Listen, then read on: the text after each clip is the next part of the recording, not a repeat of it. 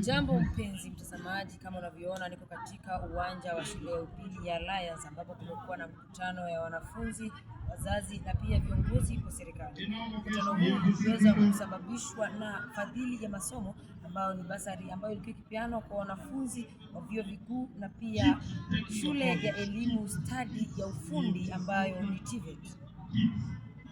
Katika mkutano huo kulikuwa na wabunge tofauti ambaye alikuwa mbunge wa jimbo la Thika, naye Kimani Ichung'wah ambaye ni kiongozi wa wengi bungeni, na pia mbunge wa jimbo la Kikuyu. Katika fadhili ya masomo ambazo zilikuwa zikipeanwa, pesa ya chini ambayo ilikuwa inapeanwa ni 7,000.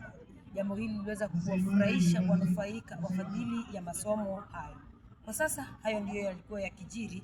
Mimi ni Malkia wa Kandanda niliyebarikiwa sauti ya dume, viungo vikiwa ni vya kike. Tukutane siku nyingine inshallah.